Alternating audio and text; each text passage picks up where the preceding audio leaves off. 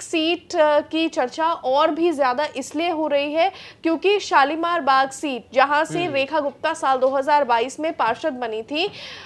उन्होंने 2025 में विधानसभा चुनाव लड़ा। पहली बार उन्होंने विधानसभा चुनाव लड़ा, वो एमएलए चुनी गई और एमएलए के साथ साथ उन्हें बीजेपी के शीर्ष नेतृत्व ने दिल्ली की कमान संभाल दी, दिल्ली के मुख्यमंत्री पद की कुर्सी संभालने को दी और इस वजह से शालीमार बाग सीट खाली है और रेखा गुप्ता के ऊपर अब ये जिम्मेदारी है। उन्हें न सिर्फ शालीमार बाग सीट जीतनी है बल्कि तमाम बाकी की जो 11 सीटें बची हैं उन पर भी बीजेपी की साख को बचाना बेहद जरूरी है। बिल्कुल, आपने बिल्कुल सही कहा। रेखा गुप्ता ने शालीमार बाग से जो पार्षद का चुनाव जीता था साल 2022 में, एक बड़े मार्जिन से जीता था, तकरीबन 8000 वोटों से रेखा गुप्ता जीती थी और यही वजह है कि उन्हें वहां से विधायक का टिकट दिया गया, क्योंकि एमसीडी जैसे लोकल चुनाव में और जहां पर टोटल जो वोट होते हैं वो 40 से 50 हजार वोट होते हैं एक वार्ड में, और वहां पर जो पोलिंग होती है तकरीबन 25 से 30 हजार पोलिंग होती है और उसमें 8000 के मार्जिन से चुनाव जीतना एक बड़ी लीड होती है।